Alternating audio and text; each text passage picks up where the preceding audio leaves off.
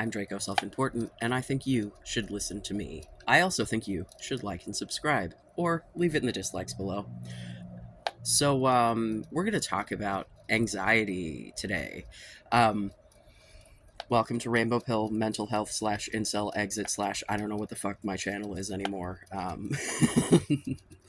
So, this I think also ties really nicely back into that whole narcissistic abuse thing because, of course, it does. Because man, did your parents screw you up? Wow. Um, and if you are a parent watching this, be aware this is what it looks like when you do these things to your children. So be aware and don't fucking do that. And to those of you who will be parents in the future, hey, maybe try to do a better job than your parents did, causing you to have to be here watching this. Uh, um, the other thing about the whole anxiety of it all is we're going to talk about how I use YouTube and trolls to manage my anxiety. So, for me, my brain runs all the time, right? Like there's constantly something happening. And when you're constantly thinking of everything, if everything isn't really chill, then that's going to lead to a lot of worrying and repetitive thoughts, and my anxiety is primarily a brain, like a mental thing. A lot of it is really about like conscious thoughts that I'm having. I do definitely have like a physical anxiety response, but like for some people the physical response is really like the thing that is the bother or the like symptom of it all, not necessarily the thoughts that they're having. So like people can get prescribed like beta blockers, which prevent your blood pressure from going up and your heart rate from increasing and all that jazz. um, and like for me, I just felt oddly like it was disconcerting because I felt physically calm, but that didn't make sense with what was happening in my brain. And so that was a very ineffective treatment for my anxiety. Um, I don't tend to do super well on medications that are specifically to treat anxiety. Um, for me, managing my depression is the best way to manage my anxiety because they like feed each other for me, right?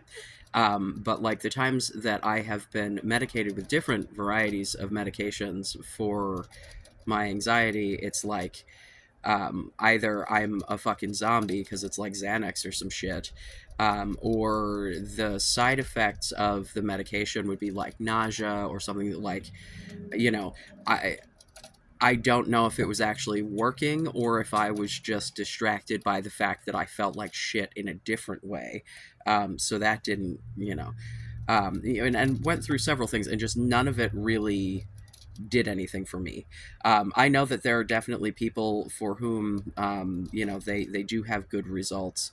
I think gabapentin was probably the best for me, but I don't know, like that's super off label to use that for anxiety. And I think that the only reason that that was appropriate for me for that was the bipolar, because it's one of the anticonvulsants that I've spoken about before. Um, in fact, is the one that I have taken most frequently. Yeah, there was years that was the only thing that I took regularly because it was essentially functioning as my mood stabilizer. But in the process, helped my anxiety, because if my mood is stable, then my anxiety doesn't run rampant.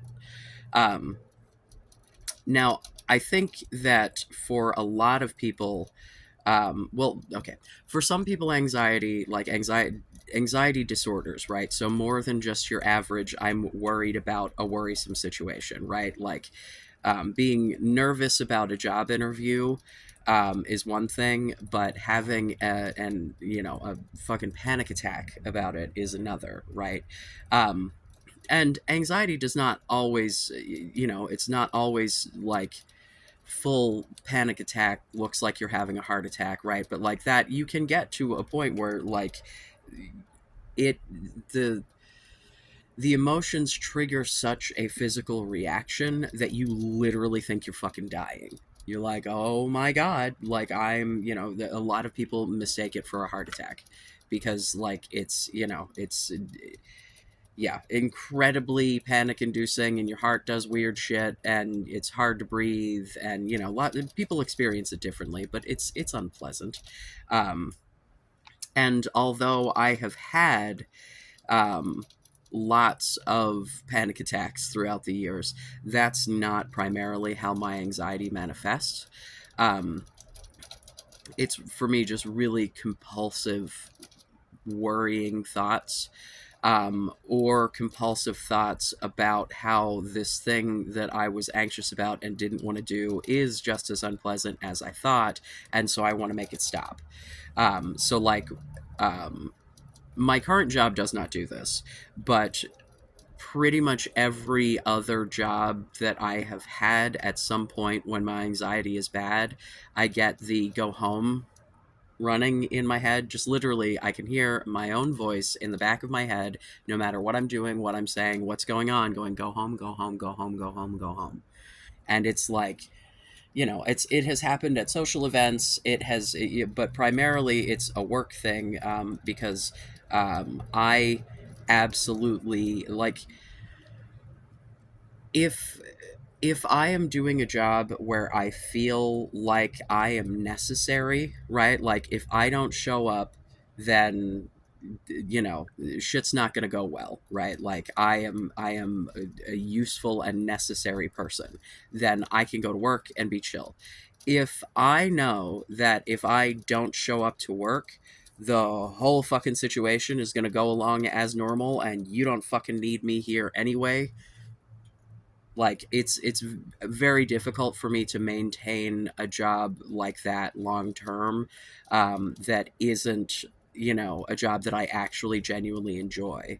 Like, um, when I was working at the credit union, and I had like it was a great job, really was, but I was on a team of at least a dozen people all doing the same thing, that like, and it was a job where I was constantly on the phone talking to people, so like that is incredibly draining and takes oh so much effort for me, um because it's like the way that I would naturally address people and interact with people, and versus what's acceptable like on the phone, in um I the older I get, the less I am willing to mask.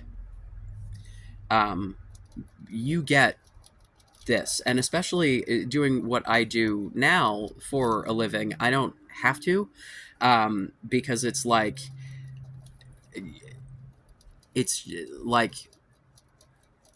either, um, we're talking about people that I work for, in which case a lot of them, have. I've described several of our clients as my symptoms turned up to 11. Like, it's just all the same shit that I do, but like, um, there's a complete inability to mask any of it. It's just that's what we're doing. All right, let's go. Um, and so like, the people that that employ me, as it were, are not going to judge me in the way that society. They may judge the actions that I'm doing, because if I'm like saying or doing something that they don't like, I mean, by all means, people have opinions about other people's actions, but I'm not going to get that why the fuck aren't you normal judgment if I say or do something that's not, the societal norm or whatever. And then the people that I work with, my coworkers, etc., hello, they work with the other people, so they and not to mention, a lot of the people that I work with are very clearly also autistic and or other ADHD, fucking name a mental health, whatever. We're a bunch of neurodivergent fucks. There are a couple normies, but most people that want to do this shit for a living have empathy for it for a reason. Um, so it is what it is. Um, yeah. So I think that for me, and I think that probably also for a lot of you watching now, hello, my anxiety comes from growing up constantly being worried about something, right? Because there was a lot of turmoil and a lot of, because I grew up in a home with parents that kind of fucking hated each other. I think really my mother only used my father to get out of her family home and away from her abusive father. Um, and I'm like, couldn't have done a better job picking on that one, eh? And in retrospect, yeah, abuse makes you pick bad partners.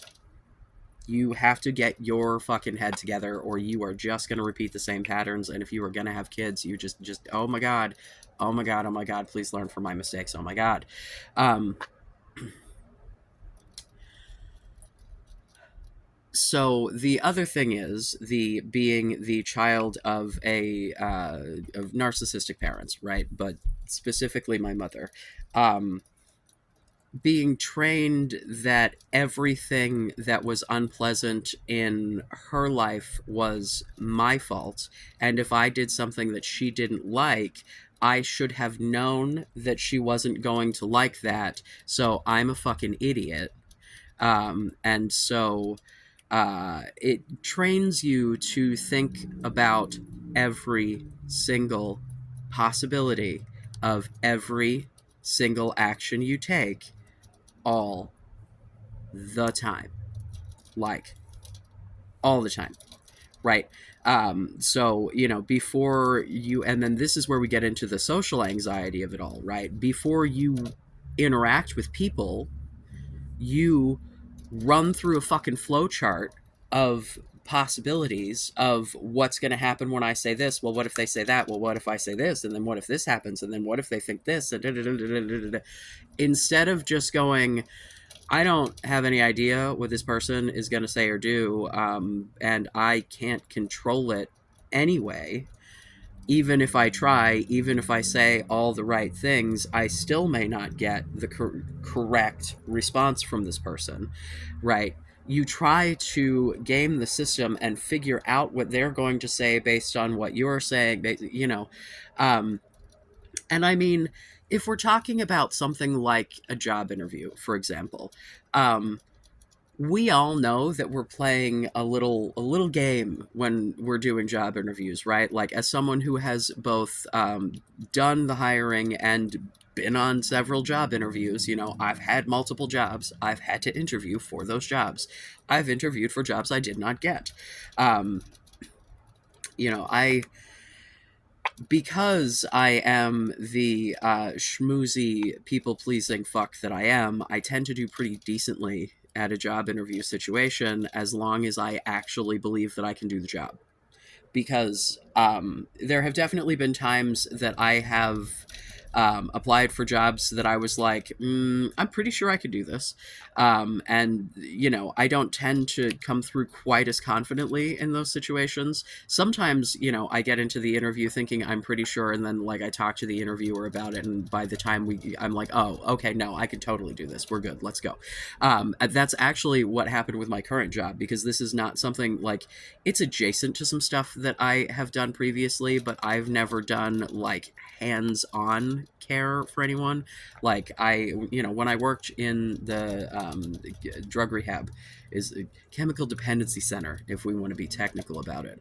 Um, I was working with teenagers, so like, and I wasn't like working in a detox situation, like with nurses and shit, where like potentially we would have had people who were like, um, in like a hospital bed. So, these were like teenagers running around playing volleyball and shit. So like, I didn't have to do anything like physically with anyone. And like, interviewing for a job like this, you have no idea what clients you're going to be working for, right? So you know, they have to tell you every possibility of thing that you could possibly do, and a lot of it is shit that I have never, not once in my life, had to do. So I'm like, sure. But then, like, in the interview and talking about it, you know, about the practicalities of the job, it's like, oh yeah, I could fucking do that, let's go. You know, so there trying to anticipate responses in certain social situations makes sense, right?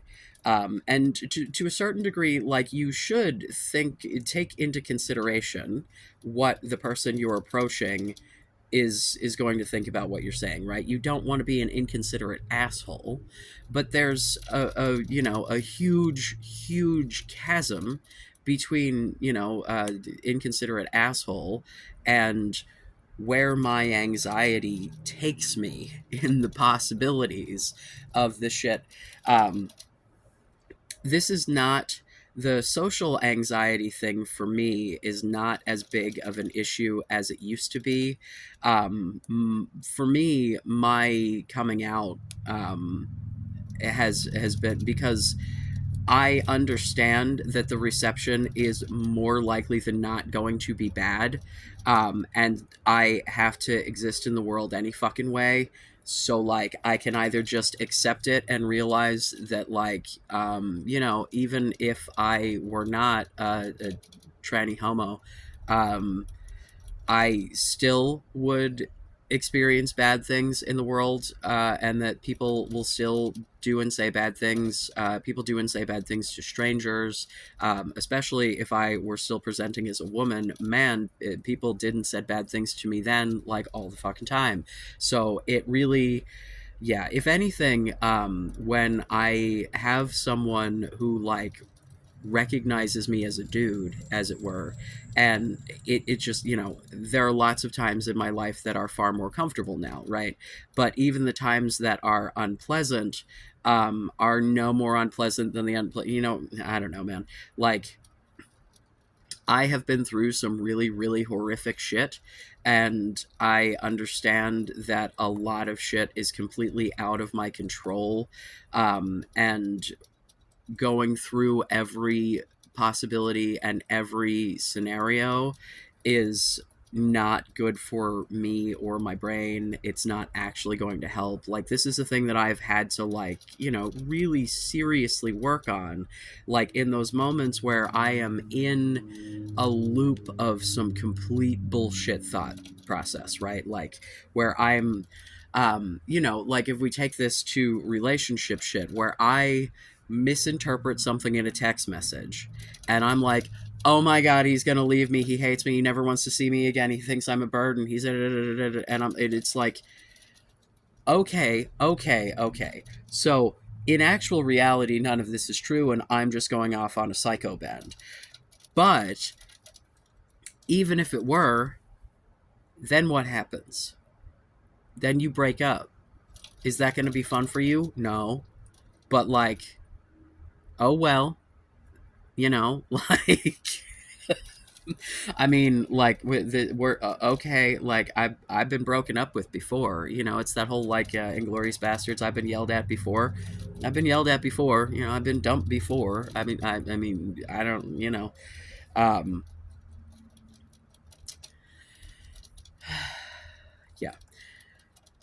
It's just so. The social anxiety is, of course, a huge thing when you are wanting to, like, build relationships with people.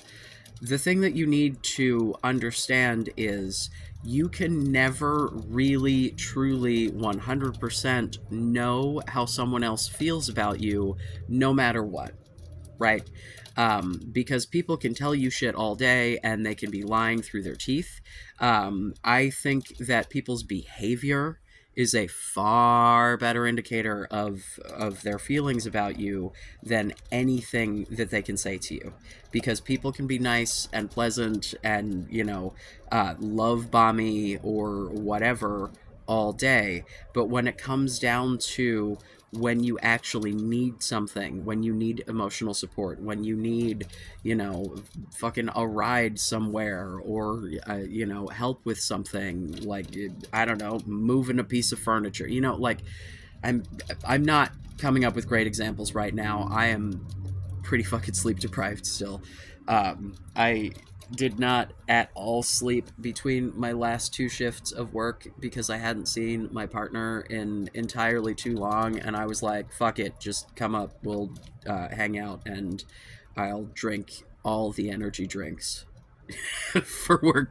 And so I have slept since that shift, but not a ton, and I couldn't get back to sleep. And I'm like, "Fuck it, let's be productive." So I'm extra spacey.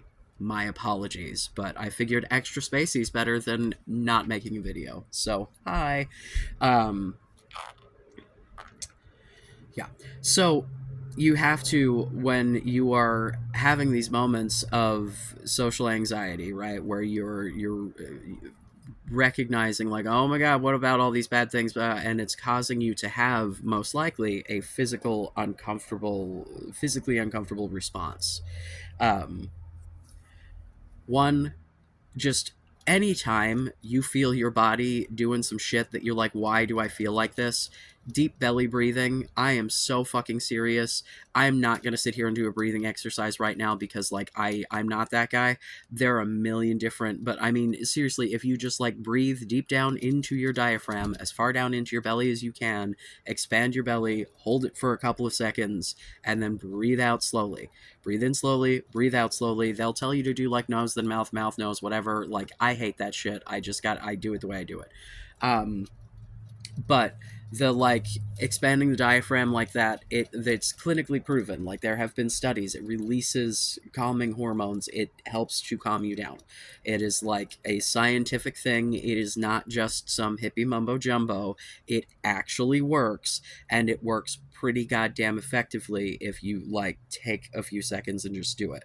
And it's something also you can do without people realizing that you're doing it, if you don't, like, comically poke out your belly like a cartoon. You know what I mean? Like, you can breathe down into your diet, because it's the expansion of your diaphragm is the thing that causes the hormone release. So, like, if you're not familiar, your diaphragm is the muscle below your lungs that is basically the bellows for your lungs, that causes them to expand and contract.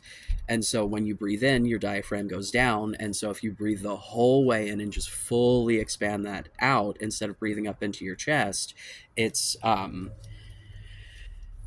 it releases a bunch of calming hormones, because, like, when you're doing things that cause you to, like, sigh, and, you know, those are usually good things, right? Or, you know, it's also why when you're stressed out by things you may naturally sigh, it's your body attempting to make you do that.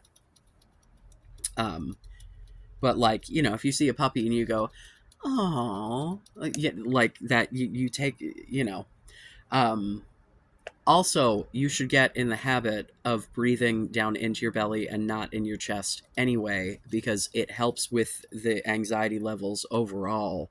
When you're anxious, you're taking these little shallow breaths high up in your chest, and it self-perpetuates. It's the same thing. It's not causing your diaphragm to release the calming hormones at any point, and so you're just continuing to perpetuate the of it all.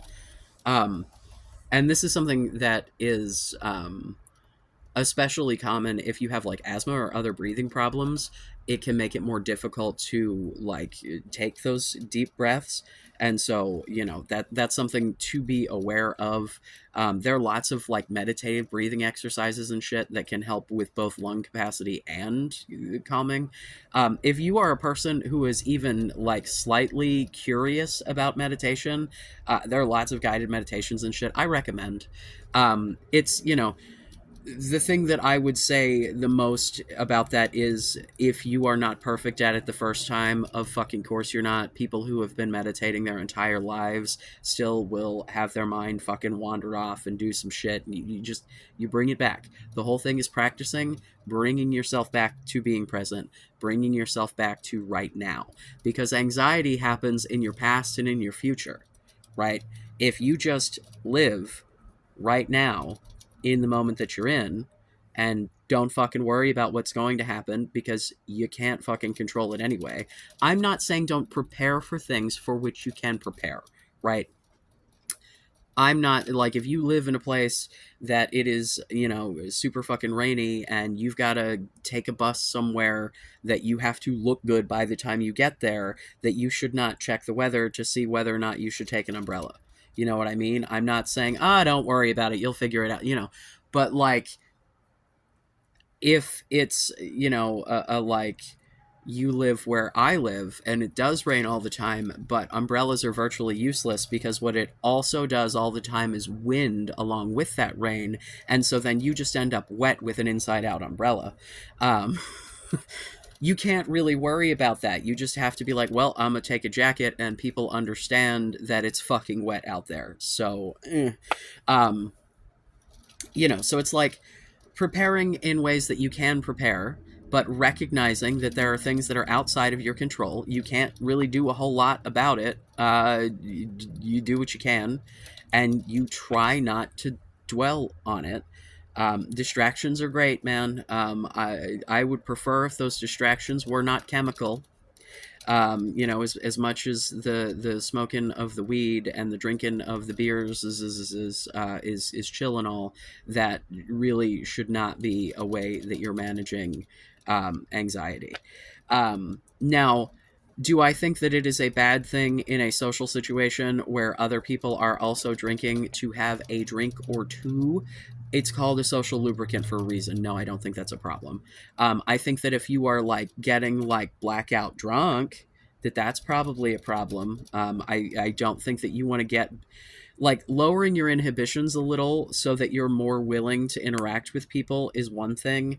Getting to a point that you're not making good decisions because you have lowered your inhibitions to the fucking floor or perhaps the depths of hell, that's a different situation, right? Because like when we get to blackout drunk status, you're no longer like, your weird ass parts of your self-conscious start making decisions. Do you want those things out there without you in control of it? Don't do that. um but yeah, we I was just having this conversation about Roseanne yesterday with a coworker, and about how like um he was saying, he's like, I don't normally agree with anything that Joe Rogan says because he's gone a little off the deep end. But in regards to Roseanne and her like crazy racist tweets, she has a known personality disorder that was caused by a traumatic brain injury. That's why she's always been as crazy as she is and unfiltered and lack of inhibitions. When she was like 14 or 15, she got into a car accident. And so she has literal fucking brain damage. Right.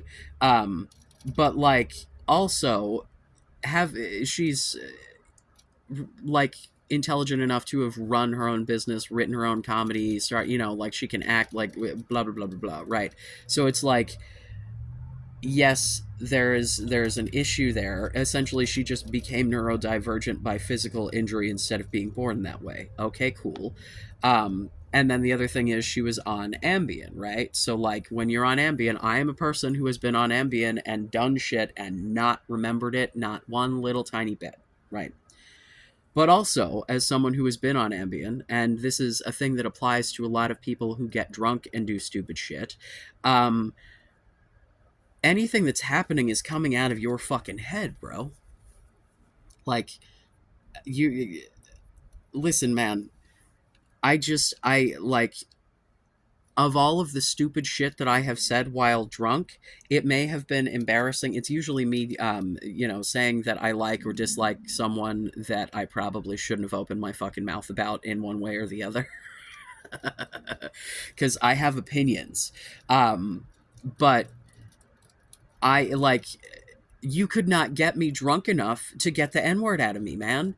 Like, you could not Ambien me up. Yeah, the shit that I did on Ambien that I didn't remember was bang. Obviously, because that's like, that's what my brain does. And it was my ex-wife, and we were married. So like, because I'm not taking Ambien out in strange situations. That's a really bad idea. That shit is a sedative hypnotic. It both sedates you and takes your brain out. It is Yeah. Whew. But like the inhibition lowering of alcohol can help if you are so inclined. I am not suggesting you take up drinking if you are not a person who likes to have an occasional beer to begin with. Please don't start drinking.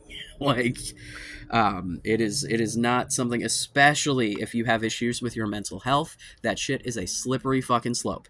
Like addiction is real, and alcohol is very addictive, and that shit will destroy your brain and body. Like, whoa, doggy. Um, this is another one of those, if you have access to therapy things.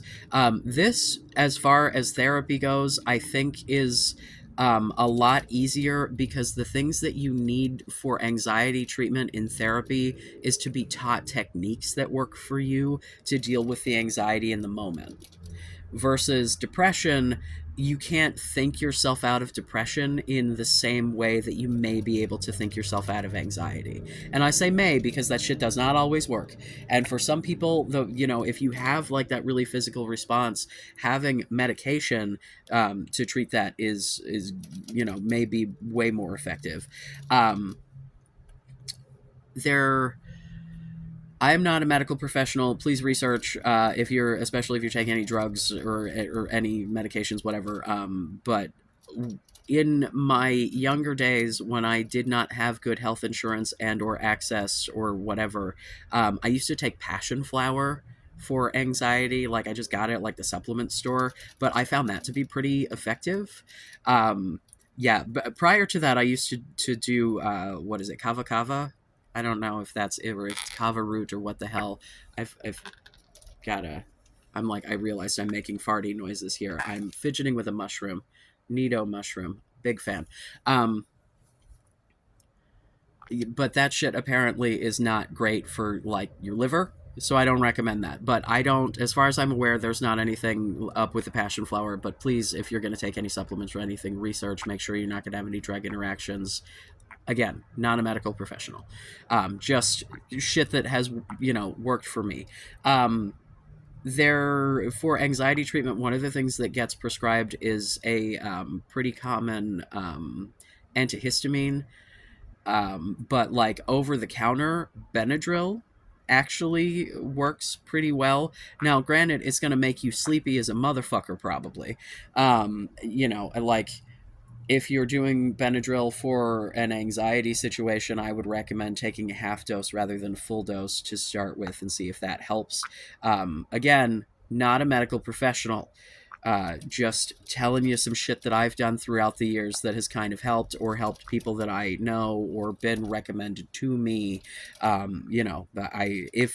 If you have access to medical professionals to get actual medical health advice from a mental health professional, please do so. If you have anxiety to the point that you think that medication might be a good option and you have the ability to do that, please, you can probably go to your primary care physician.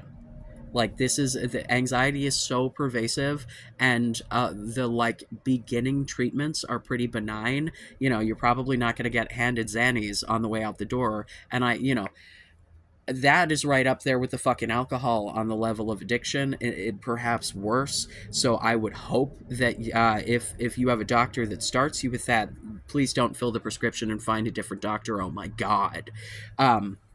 But a lot of your more benign anxiety treatments and the like daily shit is something that can be easily handled by just a regular ass doctor. And in a lot of cases, treating depression, a lot of antidepressants also end up treating the anxiety because they go hand in hand. So sometimes the you can get mental health treatment with a primary care physician if you do not have like super duper severe, you know what I mean? And even if you do, you can start because I feel like starting less is more. It's like the surgery thing. Less is more. As someone who has been at times on way too many fucking meds and just been like a massive collection of side effects and sleepiness, like, you know, um, And yeah, for me, like the Wellbutrin is where it's at, man. Like that is the one thing that throughout the years I consistently can get back on, stay on for long term.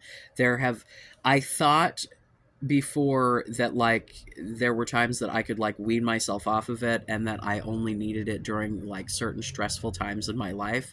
But I realized that what happens is I immediately become depressed again, try to white knuckle my way through it, and then when it gets to the point that I feel like my entire life is going to explode, I go back on it again. I'm like, you could just stay on the shit. And so that's what I've been doing, and it's been going pretty well. Um, Additionally, for me, the testosterone made a huge difference in my anxiety because the estrogen made me think completely differently. Like it, it just I feel like it threw my emotions completely out of balance because I felt everything a lot. Like I'm not one of those trans guys who can't cry. Like the shit did not turn my emotions off. It just made me fucking normal. Like, normal. But way closer to fucking normal than I was before, where like if I walked in to the cubicle or office of any manager at any point in my professional career to talk about like anything that wasn't like, hey, can I take my break early? Like anything of any importance, they would immediately push tissues across the desk because they knew I'd be crying before I left if it was good, bad, or indifferent. Like, yeah. Now, I literally, it was my boss. The structure at this place is weird. The guy who relieved me today could be considered my boss, but he was standing in my way as I was trying to leave, and he was like standing in the door and like leaning on the door, and like he looked back at me a couple of times, like while doing this, and I was like, get out of my way.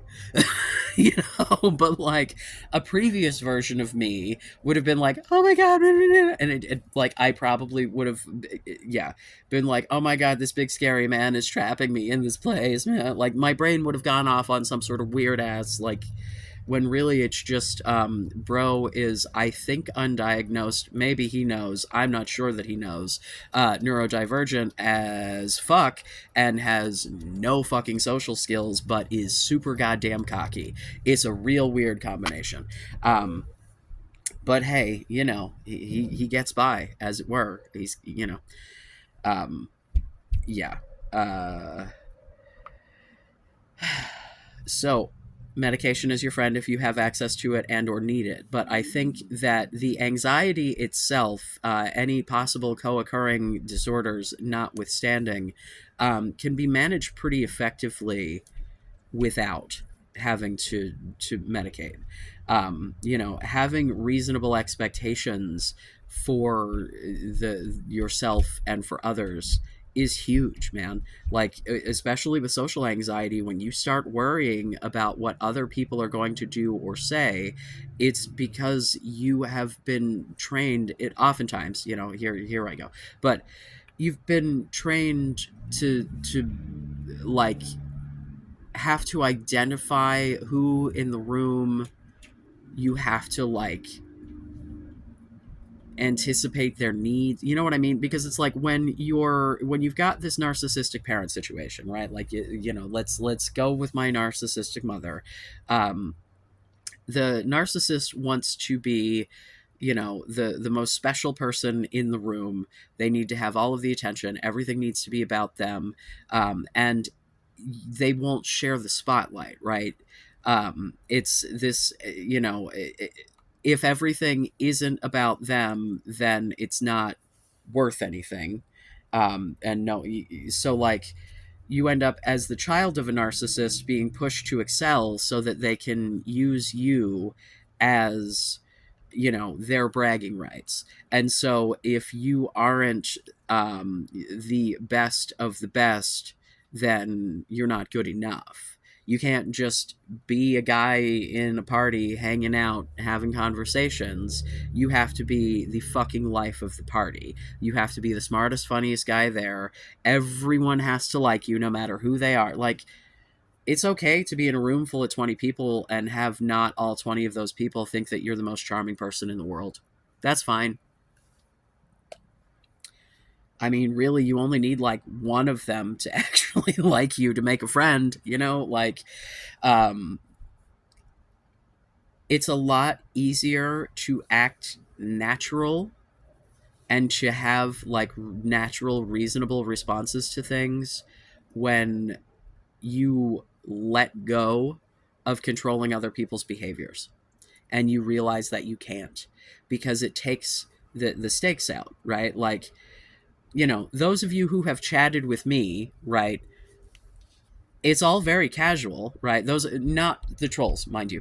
um, but those who have actually just like talked to me, like, you're not worried, right? Like, clearly you're not having anxiety because I am not a high risk person for you to talk to. What the fuck does it matter, if like, I'm never going to meet you, you're never going to meet me, I'm just some schlub on the internet who cares, right?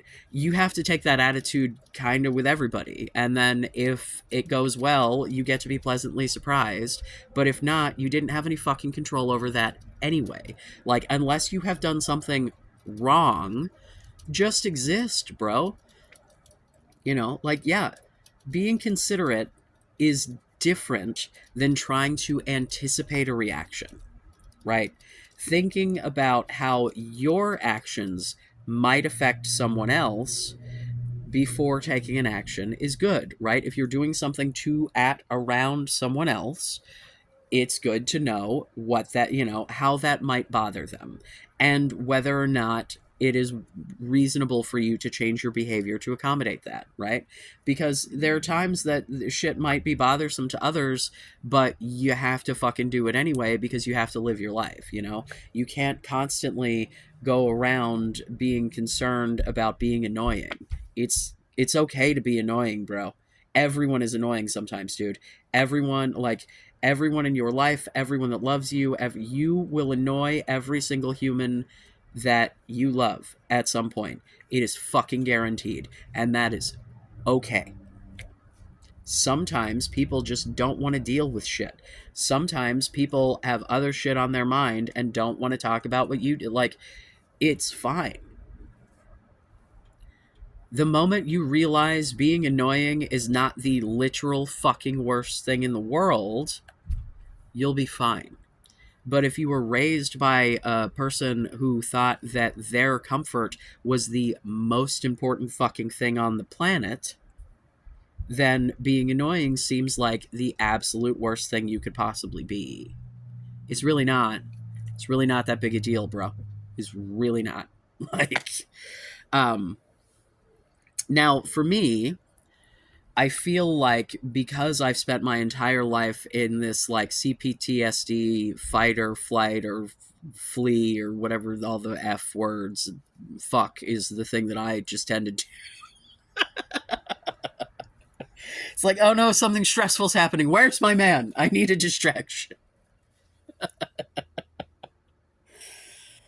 I don't think that's actually one of the F's in that thing. I think that's just my adaptation. But um, I think that I have like these anxiety chemicals in my brain that have to go somewhere.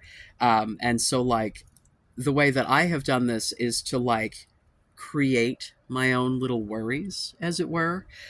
Because if I can worry about something stupid that is like a really brief worry, and then I address it, and then it's done, and I can, So, hi, hello. I make videos on YouTube. Welcome. Um, I often have people come up in my comments and be every kind of phobic they can possibly think of, even at people other than me. And, just generally say some really atrocious shit. just meanie bobini stuff, as well as stuff that is absolutely abhorrent and kind of makes me think that some of these people should never leave their fucking house. And, some of them I think I may see on the news someday. I just won't know it's them because I won't recognize the username. Yeah. So I do not have my notifications on for YouTube. So like I only check my comments when I feel like checking my comments. Otherwise, it does not exist. Um, I often turn off the notifications for Discord as well. If I feel like I want to be able to hop into the conversation at the moment, if I'm like researching or whatever, then I'll have them on. But most of the time, I have those off as well.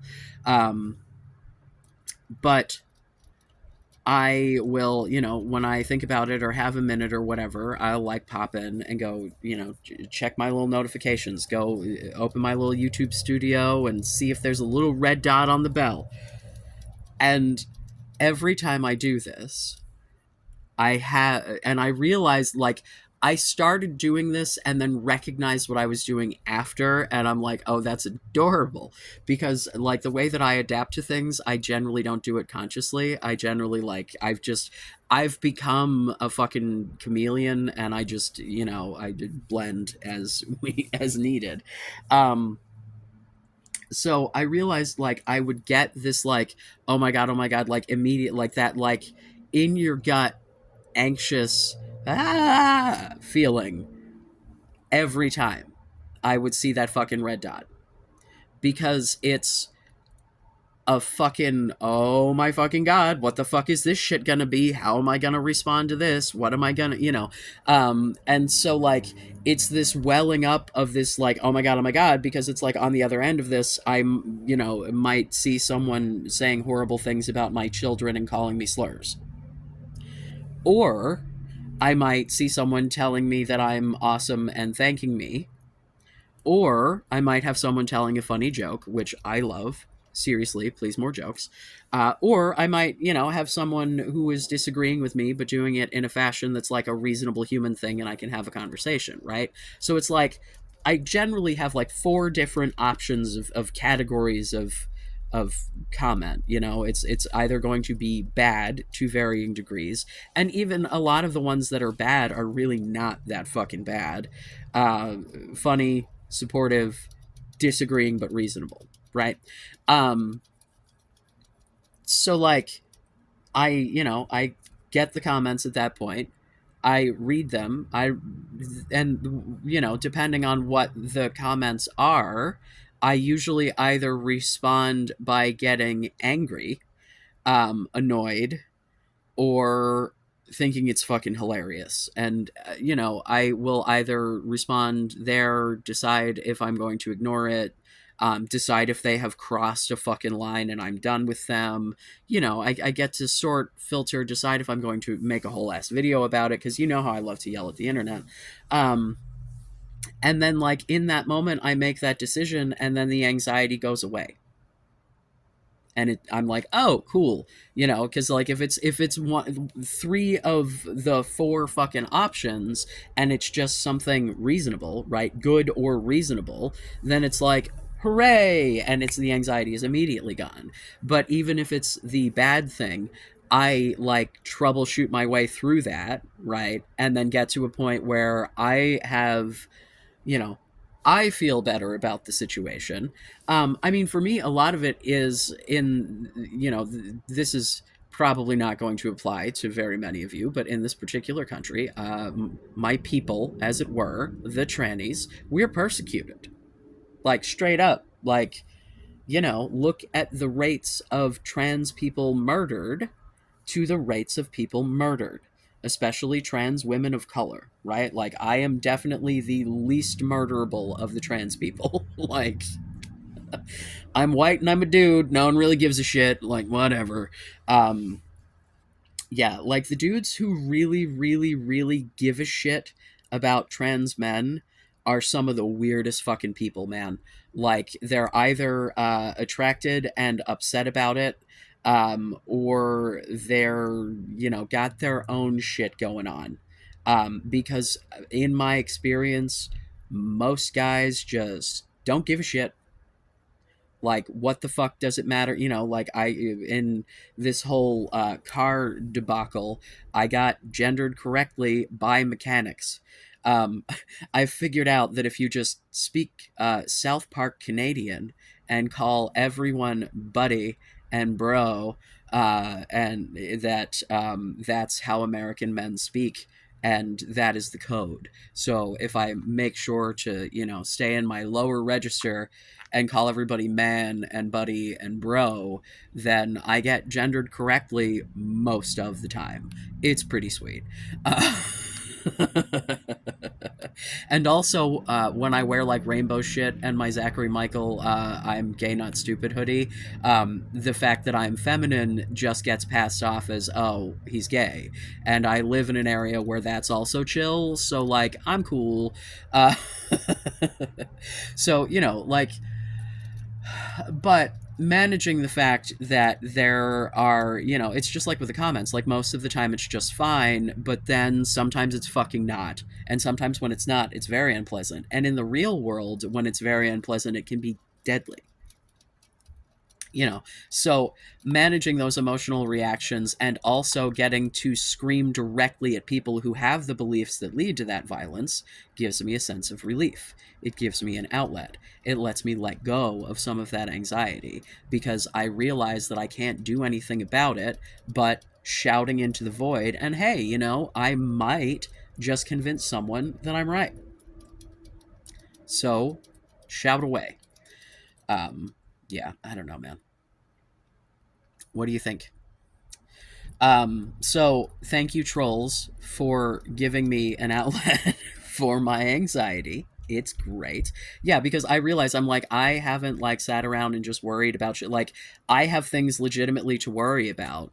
And I've been like, well, I can only do what I can do for right now. So sitting around and fucking belly aching about the car, and when I know that like I have money coming and I'm gonna, like, I just have to wait for shit to happen. Like, that nothing I can do, and then to be able to let that go, like that's not, So find an outlet, right? Find your techniques. There are a billion different ways, journaling, if we are gonna Amberlynn about it. I get into my journaling kicks, where I will for a couple of weeks write a lot, and then I don't like, as much as I love a pen and paper, I would rather do this. I just want to run my fucking mouth because it's a whole lot easier for me to just speak.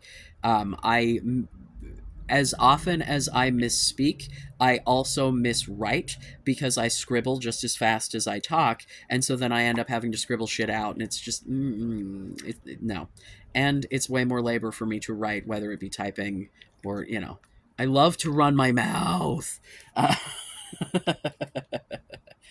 as well as other things. Yeah, but the social anxiety, the biggest thing that you have to recognize is, no matter how much you fucking worry about it, it's not going to ever make it any better. It's only going to make it worse, and you cannot control their reactions anyway. So as long as whatever you are doing isn't being unreasonable, just be yourself. Right? Like, if you are worried about meeting people, if you're worried about approaching someone, if you're worried about talking to them, like, being mildly inconvenienced is not going to ruin anyone's day. Honestly, being slightly annoyed is really like, it's okay. And in social situations, unless you are actually harming someone, the most that you are doing is inconveniencing them. People oh fucking well, man. And if they tell you they're not interested or you're annoying them, whatever, and like, then you move on. It's okay if not everyone likes you. It's okay to not be the most special person in the room. You don't have to be the best at absolutely everything, including interactions with others or whatever the hell else you're anxious about, right? But like, hello, hi, the sphere of, you know, advice in which I live here, Y'all are concerned about social shit a lot. And so that is where you really need to come up with your own coping techniques, because it really, like, a lot of these things depend on how your shit manifests, specifically what things are and are not going to work for you, you know? I don't know. What do you think, kids? Trolls, keep giving me more food so I can be less anxious. I love you. Be safe. Make good choices.